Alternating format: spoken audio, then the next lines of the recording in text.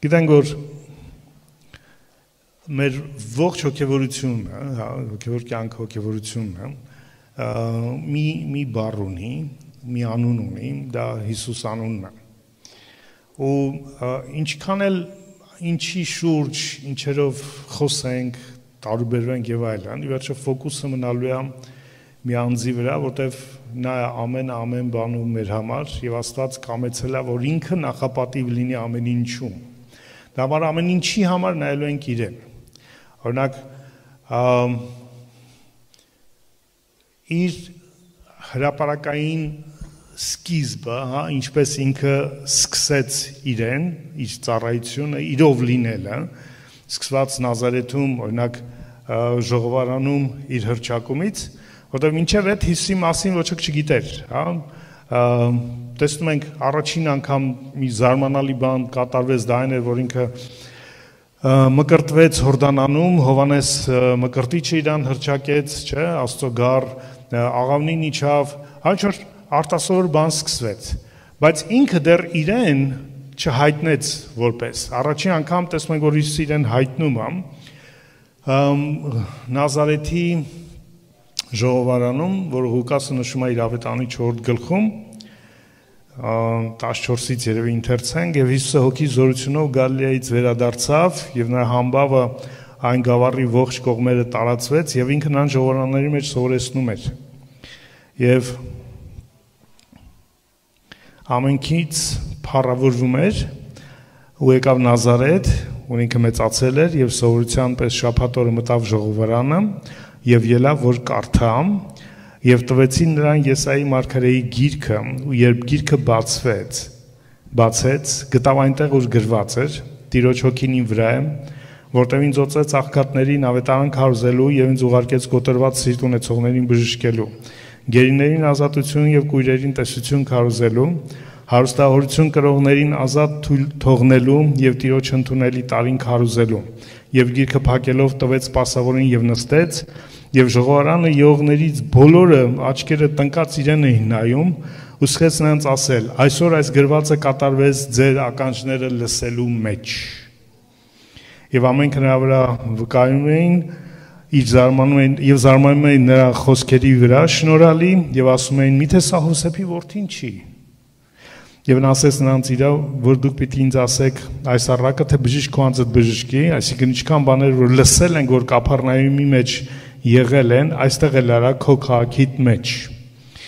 Ինչի մասնախոսքը այստեղ։ Հիսուսը մինչև այդ արդեն ծառայեց, սկսեց Կափառնայումում, բայց երբեք իրեն չէր հռչակել։ Մինչև այդ իր ծառայությունը սա էր, թագավորությունը մոտեցել է ապաշխարեք։ Ավելի շատ Հիսուսը սկսեց թագավորությունից խոսել, քան իր անձից։ Բայց որ եկավ իր քաղաքը, ովքեր իրեն ճանաչում էին, հարցը, որ տվեցին բոլոր իրար, այսինքն Հովսեփի որդին չի, Հյուսնի որդին չի, այսինքն հայտնի ռաբիի որդի չի, Ղևտացի որդի չի, այս որտեղից sense բաներ գիտի ինքը, կամ սենց բաներ է խոսում։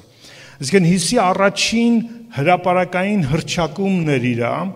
ով է ինքը հիմա, մինչև այդ ինքը Հովսեփի որդին էր, ում իրանք ճանաչում էին, բայց հիմա ինքը հայտարարում է, որ ինքը Եսայի մարգարեության են հռչակված Մեսիան է, որտեղ Եսայի մարգարեությունը, թեև Եսային խոսում է իր անունից, բայց իրականում Քրիստոսի հոգին է խոսում Եսայի միջոցով,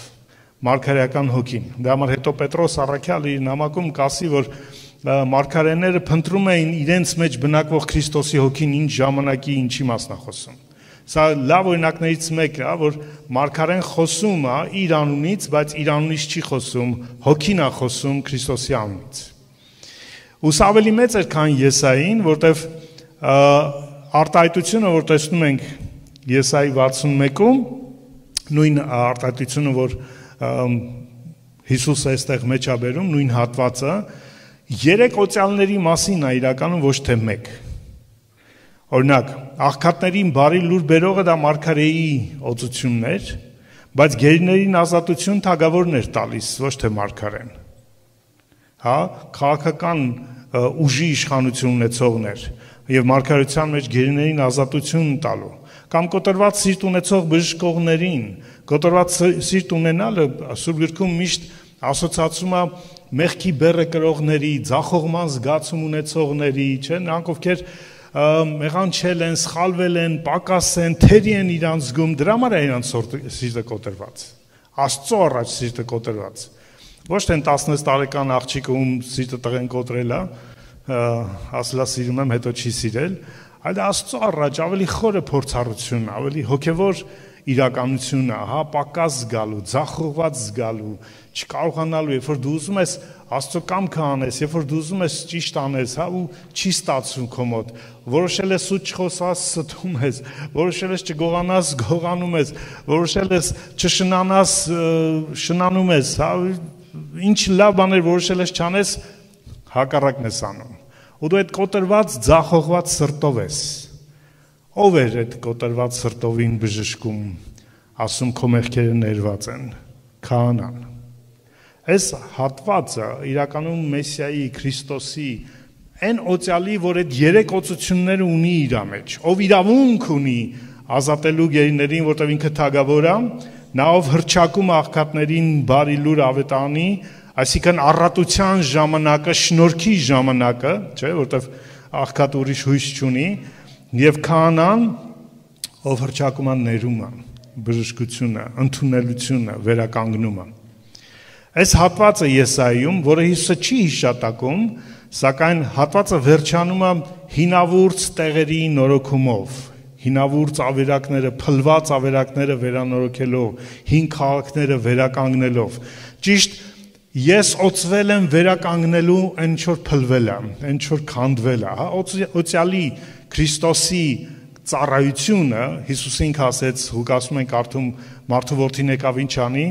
փտրի կորածը եւ վերականգնի կամ փրկի։ Ողջ Աստվածաշնչի աստվածաբանությունը իրականում վերականգնման աստվածաբանությունը։ Միայն մենք ունենք տարբեր բաժիններ աստվածաբանության մեջ, ունենք սոտերիոլոգիա հոգու փրկաբանության մասին, ունենք պնևմատոլոգիա հոգու մասին, Քրիստոսի մասին, մարդու մասին, մեղքի մասին, Աստծո մասին, բայց այդ ամենի վերջո մի աստվածաբանություն է, մի հայտնություն կա Աստծո մեզ կարևոր վերականգնումը։ Ինձ ինչ թե Աստված ինչպիսին է, եթե ես չեմ վերականգնվելու։ Ինձ ինչ թե դևերը ովքեր են, ինչպիսին են, եթե ինձ վերականգնում հույս չկա։ Ողջ մեր աստվածաբանությունը, քրիստոնեությունը կարելի ասել վերականգնման մեջ է։ Ոչ միայն ներման մեջ։ Ներումը միջոց է վերականգնման, բայց ներումը ինքնանպատակ չի։ Իդեպ դա է պատճառը, որ Հիսուսը մեծ շեշտ էր դնում ներման վրա։ Նկատել եք, որ նոր կտականի իրար մարդկային հարաբերության համար էլ, եթե դուք չներեք իրար ձեր հանցանքները, ձեր երկնային հայրն էլ չի ների, ինչի է կապված Աստծո ներումը ինձ, իմ եւ մյուսի հարաբերության ներումից, որտեվ հիմա ներման փուլն է, խաչից սկսվել Աստծո վերականգնման ժամանակը եւ ցանկացած մարդկային հարաբերություն պետք է գործի եւ դիտարկվի այդ մեծ վերականգնման ներման հարաբերության մեջ։ Եթե չի դիտարկվում Աստծո հարաբերության փուլի իրականության մեջ, ուրեմն ուրիշ տեղ է դա։ Կապ չունի Աստծո հետ։ Ինչ է Աստված գործում Քրիստոսի մեջ, հաշտեցրել է աշխարհը, չէ, իր հետ եւ վերականգնում է ներումով։ Այդ նույնը ակնկալում է մեզանից մասը լինել իր վերականգնման process-ի։ Դա համար ոչ թե խնդիրը երկու կռված տեքեր կնոջ իրար հետ հաշտացնել, բարիշացնելն է, այլ Աստծո վերականգնումը շարունակելն է մեր կյանքի բոլոր ոլորտների մեջ, բոլոր հարաբերությունների մեջ։ Հիսուսը ասում էր իմ հայրը մինչև հիմա գործում է, դրա համար ես էլ եմ գործում, այսինքն ինչ որ իմ անում եմ, կապ ունի նրա հետ, թե հայրը ինչ է անում։ Հայրը հիմա վերականգնում աշխարհը իր հետ Քրիստոսով, դա համար մենք էլ ենք վերականգնում մարդկային հարաբերությունները։ Որտեղ փրկություն նշանակում է այդ բառը, սոտերիո բառը հուներեն նշանակում է վերականգնում, բժշկություն, հա, մի բան ինչը քանդված է, ինչը կորած է, ինչը վնասված է, եւ իրան պետք է նորոգել կամ վերականգնել։ Բայց սա նպատակ չի, չէ՞, վերականգնումը նպատակ չի։ Վերականգնումը կամ փրկությունը միջոց է։ Հիսուսը չասեց գնացեք եւ փրկեցեք։ Ասեց գնացեք, հետևորդներ պատրաստեք, հա, ինչու, որտեվ սա միջոց է մի հատ ավելի մեծ նպատակի։ Որն է նպատակը։ Նույն Եսայիի այդ վերջի հատվածը 60 գլխից սկսած իրականում վերջի փառքի հատվածն է։ Աշխարհի Իսրայելի մեղքի, հա, կորստի, այդ բոլոր այդ պատմության ավարտը վերականգնումն է Աստծո փառքի մեջ։ Կարծես Եսային իրականում ասում են փոքրիկ ավետարանն է, 5 տականի ավետարանն է, Աստվածաշունչն է Եսային մարգարեական ձևով։ Ինքը սկսում է կորստով Իսրայելի մեղքերով, բայց վերջանում է երկնքի հավիտենական նոր երկրի փառքի նկարագրով։ Ճիշտ ոնց որ Աստված խոսում է մարդկային անկման իրականությունը, բայց նպատակ ունի վերականգնելու իր փառքի մեջ։ Ու Եսայի մեջ էլ վերջը Եսայի 66-րդ գլխի 23-24 խոսքերը ավարտվում է դրանով, որ նոր երկինք ու նոր երկիր պիտի լինի, մնայուն, անխախտ արդեն, առանց անկման, որ էլ չի ենթարկվելու անկման, ինչու, որտեվ առաջի երկիրը աշխարհը ընկավ Ադամի պատճառով, չէ՞, գլուխն ինքն էր։ Այս երկրորդ աշխարհը, երկրորդ վերջին Ադամի աշխարհն է, ու քանի որ նա չի ձախողվել ու չի ձախողվելու, այս նոր աշխարհն էլ, նոր երկիրն ու երկինքն էլ, որին սպասում ենք մենք, որի քաղաքացիներն ենք մենք, չի ձախողվելու, չի ընկնելու։ Ու գիտեք ինչով է վերջանում։ 24 խոսքը, որ ամեն մարմին շաբաթից շաբաթ, ամսից ամիս պիտի գա իմ առաջ երկրպագելու։ Վերականգնման նպատակը, այնչի որ մենք չգիտեմ անկապ իրավիճակում լինենք, Աստված մեզ վերականգնում է երկրպագության մեջ, երկրպագողներ լինելու մեջ, որտեվ աշակերտը իրականում դա երկրպագողն է։ Աշակերտը ինչի որին մենք բերում ենք ինչ-որ դասեր ենք տալիս, ինչ-որ նյութեր ենք տալիս, ինքը սովորում է աղոթել եւ այլ։ Իրականում ողջ Աստծո նպատակը աշակերտության երկրպագող վերականգնելու մեջ է, որտեղ ողջ արչագործությունը արարվել է երկրպագող լինելու համար, երկրպագելու իր արարչին։ Մենք ստեղծվել ենք երկրպագելու համար։ Ու նշանակում է մեր իրական ինքնությունը, մեր երջանիկ վիճակը, իրականությունը մենք գտնելու ենք երկրպագության մեջ։ Ու հեսա պատճառը, որ մարդը երբ որ կորցրել էր այդ Աստծուն երկրպագելու իրականությունը, իր ինքնությունը, սկսում է փնտրել ուրիշ բաների մեջ։ Ինչի էին քարի, փայտի, անկապ ինչ-որ բաների երկրպագում, որովհետեւ նայեք տրամաբանորեն աննորմալ բաներ են անում, չէ՞ մարդիկ, ասենք երկրպագ, որովհետեւ կարիքը կա երկրպագության, մարդը ստեղծվել է երկրպագության համար։ Աշակերտը դա նախևառաջ երկրպագող է։ Ու եթե մենք վերականգնում ենք մեկին վկայում ենք, մենակ հարցն չէ որ դժոխք չգնաս հանգարց դրա համար ենք քեզ վկայում։ Այլ մենք վերադարձնում ենք այն նպատակին, ինչի մեջ Աստված քեզ կանչել է, ինչի համար քեզ ստեղծել է, իր երկրպագողը լինելու։ Ծառայողը երկրպագողը։ Եթե մեկը ծառայում է, բայց երկրպագող չի, ինքը վտանգավոր մարդ է։ Եթե մեկը աշակերտ է իրան համարում, բայց երկրպագող չի, ինքը անիմաստ ժամանակ է կորցնում։ Հավատալ եւ չերկրպագել դա դևի բնությունն է։ Դևերը հավատում են ու չեն երկրպագում։ Եթե չկա երկրպագու, չկա երկրպագություն։ Ինչ է Աստծո համար կարևոր է երկրպագությունը։ Առաջին, երկրպագությունը ճիշտ են վարակույրն է, որ բաժանում է սրբությունը սրբոցից, որ տարբերություն է բերում ստեղծողի եւ ստեղծվածների միջև։ Բոլորս որևէ չափով իրար երկրպագում ենք եւ երկրպագություն ենք ընդունում։ Բոլորս։ Երկրպագությունը մեր կյանքում կա, նույնիսկ եթե մենք չենք գիտակցում դա։ Օրինակ, երեխաները ծնողներին, հա, հաջողակ ինչ որ մեկին որ մեր կյանքում ինչ որ դրական լավ բան անում, հա, ինչ որ օգնություն անում եւ մենք այդ դրական դրսևորումը, հա, մեծարանքը երկրպագություն է։ Ճիշտ է, դա Աստծո երկրպագություն չի, բայց բուն երևույթը ինքը երկրպագություն է։ Բոլորը որևէ չափով երկրպագում են իրար, ընդունում են եւ տալիս են, բացի մեկից։ Միայն Աստված է, որ ընդունում է, բայց չի տալիս։ Աստված երկրպագություն է ընդունում, բայց ինքը ոչ մեկի չի երկրպագում։ Այդ երկրպագությունը այդ սահմանն է կարծես, նաև տարբերությունն է դնում, հա, ստեղծվածների եւ ստեղծողի միջև։ Երկրպագությունը նաև փառքի նշանն է։ Ինչքան շատ երկրպագություն ընդունում է, մեկը այդքան շատ փառք է նաև ընդունում, հա։ Դրա համար նա ով որ փառք փնտրող է, մարդը, որտեղ մարդը ստեղծվել է նաև Աստծո փառքը կրելու համար, կորցնելով Աստծո փառքը կրելու հնարավորությունը, սկսում է ուրիշներից փառք փնտրելու։ Հիսուսը հիշում եք, հանդիմանում էր, ասում եք, դուք Աստծո փառքը չեք փնտրում, այլ իրարից եք փառք փնտրում իրար մեջ։ Ինչպես է այդ փառքը դրսևորվում իրար հանդեպ։ Երկրպագության միջոցով, հա, տիտղոսներով, մեծարանքի բառերով, հա, հատուկ դիմելաձևերով, ծանոթ չի ձեզ այդ երևույթը։ Ձեր բարեցնություն, չէ՞, ձեր մեծաբարություն, ձեր պայծառափայլություն, տիտղոսներ ունեն մարդիկ։ Ինչից է դա գալիս։ Փառքից, փառքի ձգտումից, ցանկությունից։ Երկրպագությունը դրսևորվում է նաև հատուկ գործողություններով, օրինակ ծնկի գալ ինչ-որ մեկի առաջ, չէ՞, դրանք նաև գործողություններ են։ Երկրպագությունը նաև շնորհակալության նշան է։ Իրականում անում են այն անձին, ումից շնորհակալ են, ինչ որ լավ բան արել ինքը կամ լավ մեկն է իր համար, հա։ Օրինակ Հիսուսին նկատում ենք, որ երկրպագել են միայն որևէ կարևոր բան անելու համար։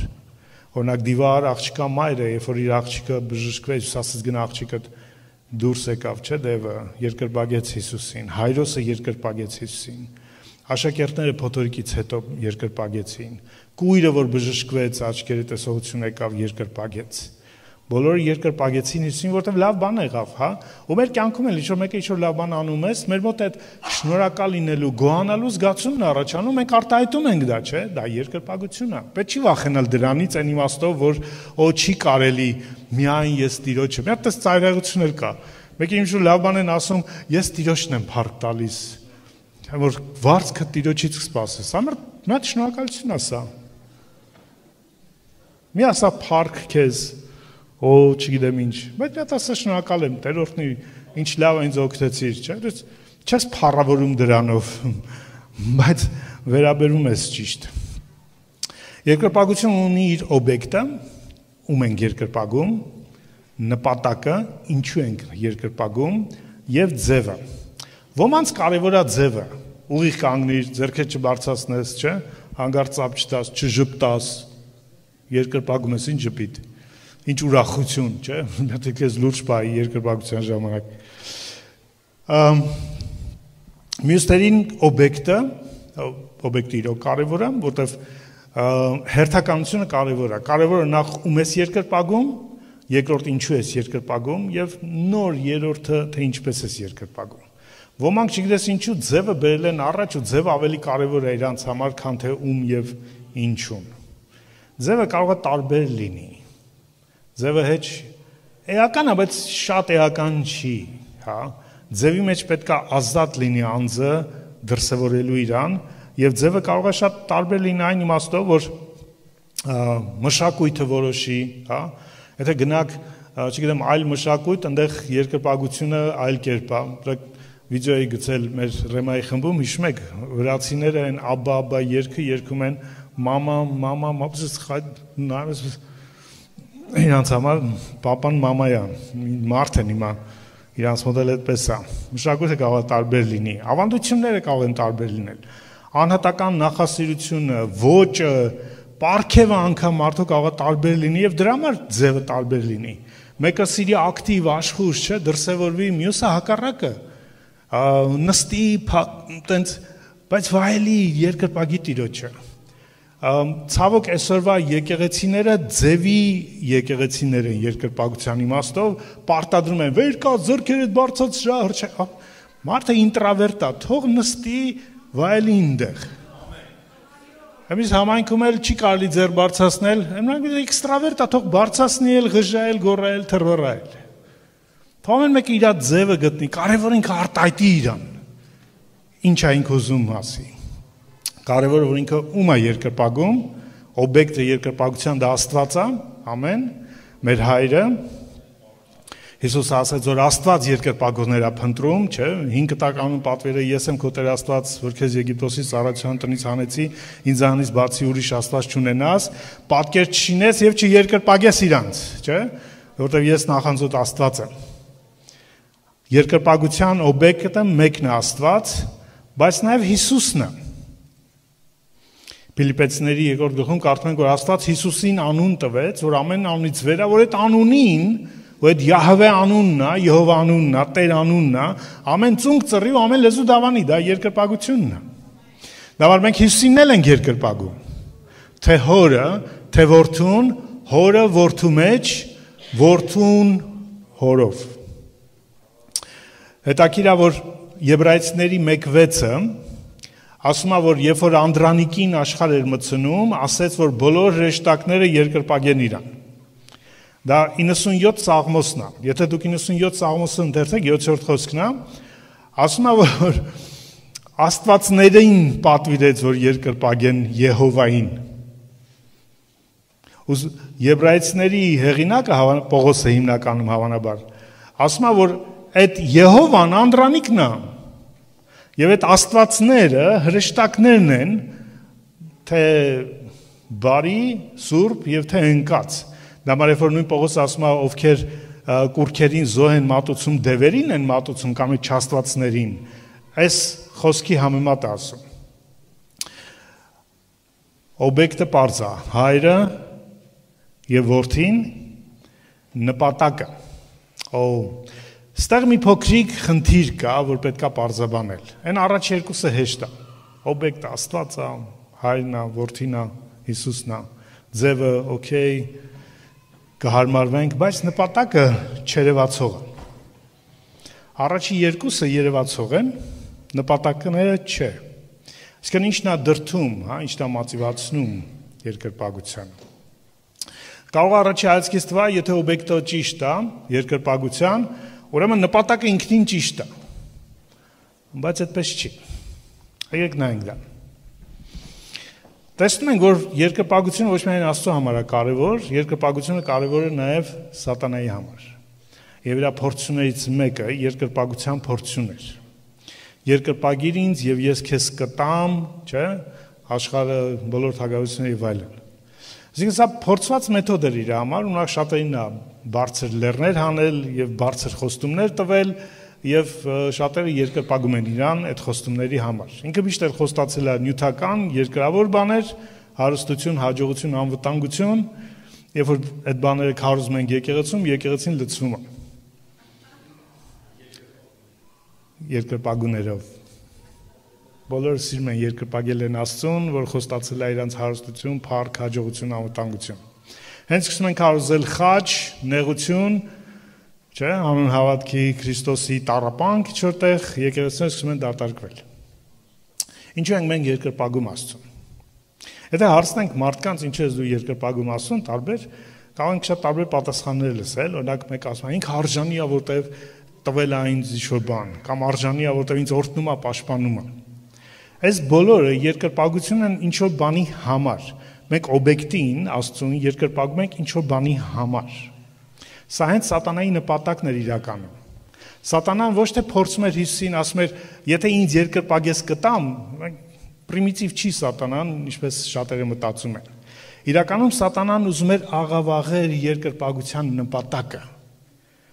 Ինքը ուզում էր մարդու մեջ մտցնում է տենց, պետք է երկրպագել Աստծուն, նրա համար ինչ որ ինքը քեզ տալիս է, չտվեց, մի երկրպագի նշանակում է։ Եթե մենք երկրպագում ենք ինչ որ բանի համար, ուրեմն մենք երկրպագում ենք ոչ թե ում, այլ այն ինչի համար այդ մեկին երկրպագում ենք։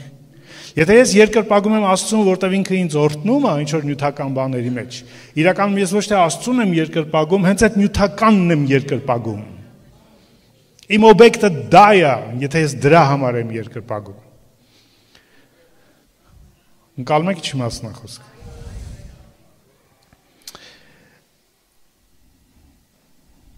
Երկրպագին ինձ քեզ կդարձնեմ աշխարհի չեմպիոնը։ Ուրեմն չեմպիոն ես ուզում դառնաս, դրա համար ես երկրպագում, ոչ թե դու։ Իսկն արդեն օբյեկտը միջոց է դառնում, նպատակն է դառնում օբյեկտը։ Իրականում սա հենց սատանայի մեղադրանքն էր Աստծուն հոբի համար։ Սատանան ոչ թե հոբին էր մեղադրում, ինքը Աստծուն էր մեղադրում։ Ասում էր ինքը քեզ երկրպագում է, որտեղ դու առել ես իրան, այսինքն դուք իրար հետ ոչ թե սիրո հարաբերությունն է, այլ առևտրի հարաբերությունն է։ Հա, դու տալիս ես, ինքն էլ քեզ երկրպագում է, բա ինչ կանի, տենց ասած։ Ձրի է քեզ հոբը երկրպագում։ Դու գնել ես այդ երկրպագում։ Ինքը իրականում քո երկրպագուն չի, իր ապահովության երկրպագունն է, իր խաղաղության, իր հարստության երկրպագունն է։ Այդ կարևոր պահ կա այստեղ բոլոր Հիսուսի հետևորդների համար, Աստծուն հավատացողների համար։ Ու հարցը է սա. ինչի համար եմ ես երկրպագում։ Որն է իմ երկրպագության նպատակը։ Ես երկրպագում եմ, որտեղ ինքը ինչ-որ բան տալիս է ինձ կամ անում է ինչ-որ բան իմ համար, թե ես երկրպագում եմ, որովհետև իրեն եմ փնտրում, որտեղ ուզում եմ ճանաչեմ իրեն, որտեղ ուզում եմ զգամ իրեն, որտեղ ուզում եմ նույնանալ, մեկանալ իր հետ։ Սա նույնման երկրպագություն, արչագործության, գոյության վերջնական իմաստն է, որպեսզի Աստված լինի ամենը ամեն բանի մեջ։ Պողոս ասում է, երբ որ որդին, բոլորը որ հնազանդեցվի, Աստված ամեն ինչ հնազանդեցնի որդուն ինքն էլ կհնազանդվի հորը, չէ՞։ Եվ այդ ժամանակ ինչ կլինի, Աստված կլինի ամենը ամեն բանի մեջ։ Սա վերջնական նպատակն է, որդին ինքը երկրպագու է, Հիսուսը։ Ու երբ որ ամեն ինչ հնազանդվում է իրան, իրականում հնազանդվում է հորը երկրպագության մեջ, ու երկրպագության միջոցով է, որ Աստվածը լինում է ամեն բանի մեջ։ Դա դոկտրինաներ սովորելով չի, աստվածաբանական խնդիրներ իմանալով չի, դա ինչ-որ բաներ անելով չի, դա երկրպագող լինելով մեջ է, Աստծուն երկրպագության մեջ հանդիպելու, ճանաչելու մեջ է։ Ու մեր բարի լուրը չի հավատա, որ չգնաս դժոխք, այլ արի ու ճանաչի քո ստեղծողին ու գտի քո իրական իմաստը, քո ինքնությունը, ով ես դու որպես անձ, հավիտենական քո նպատակը։ Երկրպագությունը ստեղծում է մեր պատկանելությունը, դա տալիս է մեր կյանքին իմաստ ու կերտում է մեր ինքնությունը։ Դա ուղղակի լավ երկելը չի, որ մեր փառաբանություն հրաշալի երգում ամենք վայելում ենք։ Ու երբ որ այսօր լավ չէր երկրպագ, լավ չի երգեցինք, վատ դա չի երկրպագությունը։ Դա քո ով լինելն է։ Աստծուն վերապրելն է ու փնտրտուքն է ներքին ավելի ու ավելի մոտենալու ու ճանաչելու իրան։ Հույզեր մենք կարող ենք ունենալ տարբեր տեղերում էլ։ Ես կարող եմ հատուկ հույզեր չապրեմ փառաբանության կամ երկրպագության ժամանակ, բայց ես ընդեղ եմ Աստծուն հանդիպելու համար, վերապրելու համար, ու ոչ միայն ստեղ Կիրակի օրը երկրպագության այս հատվածի ժամանակ, այլ ընդհանրապես իմ առօրյայի մեջ։ Ես փնտրում եմ այդ հանդիպումը, գալիս եմ իրան փնտրելու, հանդիպելու, ճանաչելու այդ սրտով, այդ ձգտումով, թե չէ։ Արդյոք ինքը իմաստավորում է իմ առօրյան, իմ ով լինելը, իմ կյանքը, որտեղ իմ ինքնությունը հալվում, տենց ասած հալոցքի մեջ, Աստծո անձի մեջ, իր կրակի մեջ, որտեղ իր հոգով ու կրակով պետք է ընկղմի ինձ կամ մկրտի ինձ ու ձևավորում է նույն պատկերով, ձուլում է ինձ իր նման։ Հին կտականում շատ տեղերում Աստված ձուլողի չէ կերպար ունի, որ արծաթի պես կամ ոսկու պես ձուլում է, որտեղ է ձուլվում մեր նոր անձը, մեր կերպարը, իր ներկայության, իր երկրպագության մեջ, որտեղ իր ներկայությունը ընդեղ է գալիս, որտեղ կա իր երկրպագությունը։ Իր ներկայությունը ընդեղ է, որտեղ կա երկրպագողը, ընդեղ էլ կա իր ներկայությունը։ Հին կտականում Աստված արգելել էր, հիշում եք, ուրիշ տեղ զոհանելու բացի իր տաճարից։ Հիմա մենք ենք այդ տաճարը, ու ամեն տեղ, որտեղ ինքը տեսնում է այդ սիրտը, երկրպագողի գալիս է իր հոգին։ Ու դարձնում է իր պատկերով մեր նման։ Մի օրինակ էլ ասեմ ու այսօր կավարտենք։ Երկրպագության ժամանակ մենք հայտնում ենք, չէ՞ ով է ինքը։ Որտեղ երկրպագությունը իր մասին է, մեր մասին չի, համաձայն եք։ Մենք խոսում ենք, մենք հայտնում ենք, մենք ասում ենք, հա, մենք մեր էությունը իր մասին է, տենց դեպի ինքն է։ Մենք այդ ժամանակ իրականում երկրպագության մեջ արտացոլում ենք, երբ որ մենք ասում ենք ով Աստված, ու Աստված նայում է մեզ, ինչ է տեսնում։ Իրեն է տեսնում։ Պատկերացնում եք։ Երբ որ մենք երկրպագում ենք, Աստված երբ որ մեզ նայում է, ինքը իրան է տեսնում, որտեղ մենք իրան ենք հայտնում, բարի, ողորմած, արդար, չէ՞, երբ որ ինքը նայում է մեզ, մեր երկրպագության ժամանակ, ինքը դա է տեսնում, չէ՞, իրան է տեսնում ինքը։ Համաձայն եք։ Մեզ չի տեսնում։ Ու պետք էլ չի մեզ տեսնի։ Մեզ մենք չենք ուզում տեսնենք, որ մնաց ինքը մեզ տեսնի։ Գիտեք ինչպես է սկսվել արչագործությունը։ Ծննդոց առաջի գլուխը կարծում բոլորդ կարդացել եք։ Առաջի խոսքում, երբ որ Աստված արեց երկինք ու երկեր եւ անդունդի վրա խավար կար, երկրորդ խոսքը ասում է Աստծո հոգին ջրերի վրա ինչ էր անում, թևածում էր, ռախավ բառն է եբրայերենում, որ նշանակում է կանգնած վիճակում շարժ, դողդղալ կարծես են թևածել ենք ասում, այնց որ այդ բազեն, երբ որ օդի մեջ կանգնած է, չէ, կամ աղավնին, ինքը չի սավառնում, սավառնելը շարժում է, սա շարժում չի, սա օդի մեջ կանգնած սպասողական վիճակն է։ Ու եբրայերենում հատուկ բառերով է գրված դա, ջրի երեսի վրա Աստծո հոգին կանգնած էր։ Եղել է ջրի վրա նայեք։ Ինչ եք տեսնում, երբ որ ջրի վրա նայում եք։ Դուք ձեզ եք տեսնում։ Եվ որ Աստված նայում էր, ինչի էր նայում, իրեն էր տեսնում։ Դուք գիտեք ինչ եղավ հետո, ասեց ամենավերջում մեր պատկերով, մեր նմանությամբ մարդ ստեղծենք։ Ոչ թե Աստված ջրի մեջ է ուզում իրան տեսնի, Աստված ուզում է մեր մեջ տեսնի իրան, մեր պատկերով ստեղծենք։ Ջուրը լավ արտացոլում էր իրան, իդեպ երբ որ ջրից կենթաներ դուրս եկան, Աստված օրհնեց, նկատել եք, բայց ցամաքից դուրս եկան չօրհնեց իրանց։ Մեկ էլ օրհնեց մարդուն, որ իր պատկերով ստեղծվել է։ Ոսե որտեղ տեսնում Աստված իր պատկերը, այնտեղ է օրհնում։ Դա համար երբ որ Հիսուսը մտավ ջրի մեջ, Աստված տեսավ իր պատկերը, իր որդուն։ Դա համար իր հոգին իջավ եւ Աստծո օրհնությունը, դու իմ սիրելի որդին ես։ Աստված տեսավ երկրպագոին, իրականում Աստված մեզ չի օրհնում, որտեղ մենք, չգիտեմ, խնդրում ենք իրան օրհնելու դրա համար օրհնում, մենք կարիք ունենք դրա համար մեզ օրհնում, կամ խղճում է մեզ դրա համար օրհնում։ Աստված օրհնում է մեզ իր որդու պատճառով, որտեղ որ մեզ նայում է, իր որդուն է տեսնում Հիսուսին։ Դա համար իր հոգին է գալիս, որտեղ իր որդին է իր երկրպագողը։ Ու երբ որ Հիսուս ասում է ճշմարիտ երկրպագողներ ու հոգով ու ճշմարտությունով պիտի լինեն, մենք տանջվում ենք, որն է դա հենց ինքն է։ Ու մենք իր մեջ լինելով ենք իր երկրպագուները, որպես իր իրական երկրպագուներ։ Որտեղ Աստված տեսնում է իր որդուն մեր մեջ, ու մեզ տեսնում է իր որդու մեջ։ Բայց որ գալիս ենք իր առաջ, կապ չունի դու հաջողվել ես թե ձախողվել ես։ Մի օր հաջողակ կլնես, մի օր ձախողակ կլնես, բայց դու միշտ այդ որդու մեջ ես։ Մեկս ավետարանի չենք, մեկս լավ փառաբանում ենք, բայց մենք բոլորս երկրպագող ենք իր համար։ Ու երբ որ գալիս ես իր առաջ, մի արի հաջողակի նման, ասենք, այսօր ամեն ինչ լավ, այսօր կարդացել եմ մի քանի համար, այսօր աղոթել եմ, Տեր, սուպեր, հələ սուտ չեմ խոսել այսօր, հալելույա, Տերը ինձ ընդունում է։ Մոռացիք ես։ Երբ որ գալիս ես երկրպագության, ինքը քեզ չի ուզում տեսնի, իր որդուն է ուզում տեսնի, ինքը իրան է ուզում տեսնի։ Եկեք կանգնենք իր առաջ։ Ոթող իր որդուն տեսնի Աստված մեր մեջ, որպես երկրպագողներ։